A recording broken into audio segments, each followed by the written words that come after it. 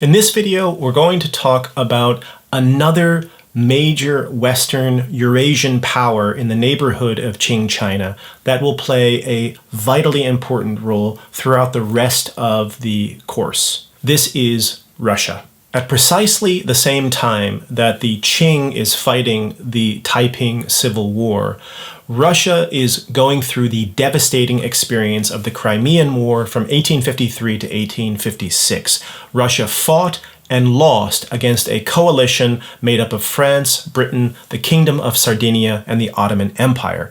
And this prompted Russia to relinquish its overextended North American holdings, resulting, for example, in the sale of the Russian-American Company to the United States in 1867, and more broadly and more famously, Russia's sale of Alaska to the US. In essence, Russia, in the wake of the Crimean War, makes a decision to reorganize its imperial portfolio, not unlike we saw with Britain and France after the American Revolution. We have the French sale of Louisiana, etc., to the United States, and a refocus on areas of Asia and Africa for the French Empire, and for the British to reorganize and focus on South Asia, the Great Game in Central Asia, and China after the American Revolution. We see something similar with the Russian Empire in the devastating wake of the Crimean War. In a nutshell, Russia, too, will start to focus on Asia and on the territories of China itself. During this period, in the 1850s and 1860s, Russia begins to concentrate its energy on consolidating a sphere of influence in the Asian half of the empire, so Siberia, Mongolia, and Manchuria. One of the ways that the Russian Empire undertook this process of consolidation was through encouraging newly emancipated serfs. With the abolition of serfdom in 1861, the encouragement of newly emancipated serfs to colonize Siberia and its environs. Shortly after emancipation, Russians began to migrate into Siberia and surrounding regions quite heavily, by very large numbers. And by sending these newly emancipated serfs, Russia hoped to establish itself in the region, basically filling up a part of the Eurasian continent that at that time was very sparsely populated, as certainly in comparison to China proper, which was extremely densely populated. The Qing Court noticed what was happening and grew very worried. So precisely during the period of the Taiping Civil War, the Qing was also aware of this Siberian project, and really the Manchurian and Mongolian project, being undertaken by the Russian Empire. One of the things that the Manchu Qing did to try to forestall this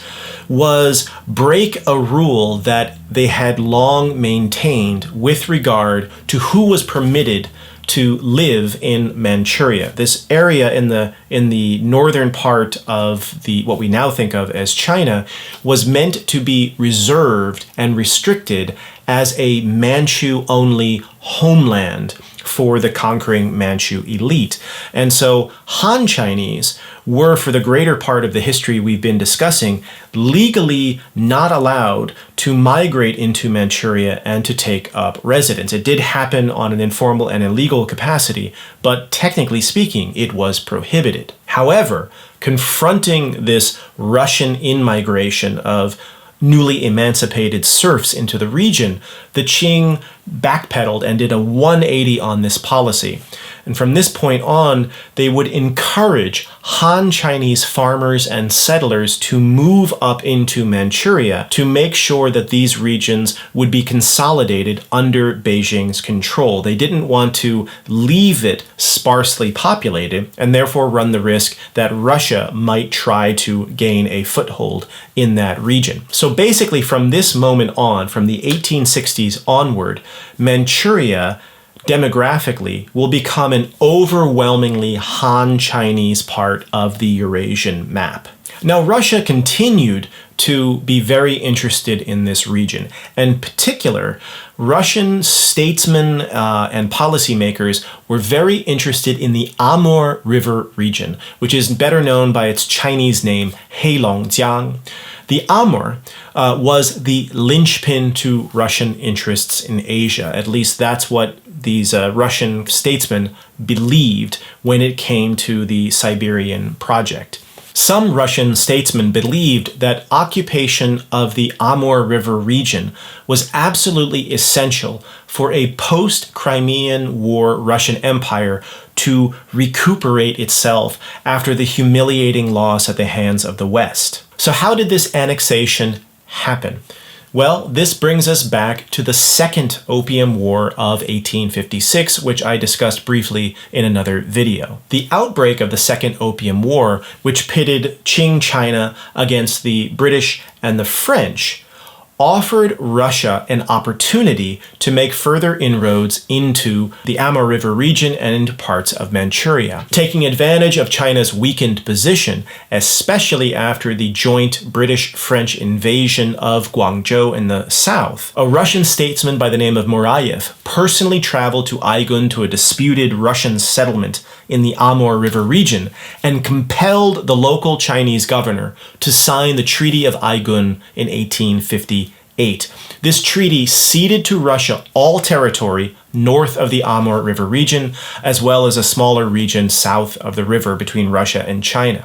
Now, there was more, because a second opportunity came for Russia in 1860, and this was the joint British-French siege on the summer palace that I told you about in another video. During the so-called Russia-China Convention of 1860, Russia gained an additional 350,000 square miles of Qing Chinese territory.